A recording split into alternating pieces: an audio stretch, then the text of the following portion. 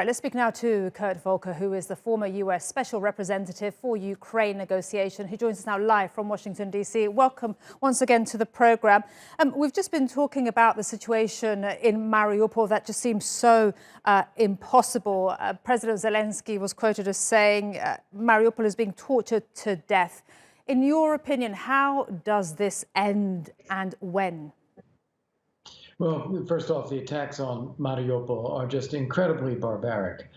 We've seen the failure to allow civilians to leave, deliberate targeting of civilian areas. Remember the school that was there, the hospital that was there. They leveled most of the city.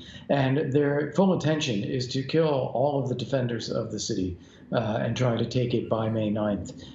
Whether they make it by May 9th or not, I don't know. I'm sure the Ukrainians are doing everything they can to prevent that. But the Russians do have the city surrounded and are just continuing these barbaric attacks. As far as the wider war goes, however, I think we're seeing that the Russian forces are proving that they are incapable of organizing and advancing in any serious way. They're not going to be able to take all of Donbass. And the Ukrainian forces have proven that they're able to stop the Russian forces, damage the logistical supplies, and then start pushing back. And so even though we wrap this on May 9th, as a victory day, the war will continue after that. And that is the question I had for you. That the May 9th, you said they may take Mariupol by May 9th. What will that mean in these coming days with regards to the Azovstal plant? An intensification of attacks? It doesn't bear thinking about. No, it's horrific. And that is exactly what we are seeing, is an escalation of bombardments and attacks against the Azovstal plant, against the defenders and the civilians that are there. Also missile attacks against Ukrainian cities, as we saw in Odessa, in Kyiv, in Lviv, and even other cities, Kharkiv especially. And I think that's all going to escalate and continue over this weekend, so that on Monday they can put a bow around this and claim to have accomplished something. And what will that look like on Russian media? How will President Putin announce this, do you think? Well, first off, they'll talk about liberating these territories from the Nazis. Absolutely insane propaganda, but that is what they will say. They will also then either recognize these areas as independent states or perhaps even claim to annex them to Russia and say that this is now Novorossiya and it is liberated.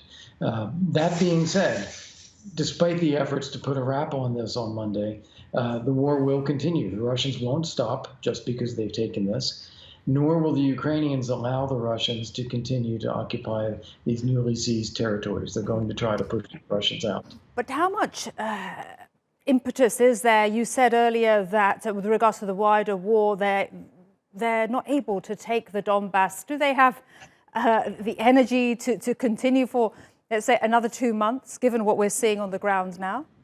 Yeah, the Ukrainians do, and I think we have to question whether the Russians are able to do that. They've had great difficulty with mobility. They have had great difficulty with morale.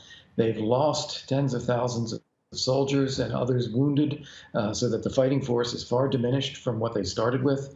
And they've had great difficulty with command and control and with logistics. So as they stall out in eastern Ukraine, they run the risk of being exposed and in a more vulnerable position, which the Ukrainians will take advantage of as they try to push them out. And why is it that Russia has had these problems with mobility and morale?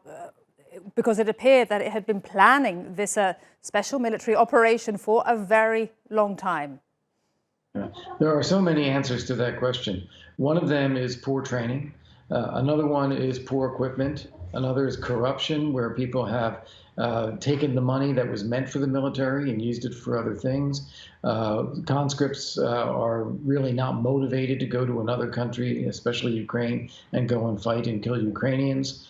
The Russians did not provide even good clarity to their troops as to what the mission was until they were already there. And as they have suffered significant losses, they've been bringing in less experienced soldiers, conscripts, who have very little training, bringing old and used and corrupted equipment out of storage in order to try to use that. And it is making for a far less effective fighting force. Fascinating. Really great to speak to you, Kirk Volker, former US Special Representative for Ukraine negotiations. Really appreciate your time and your analysis.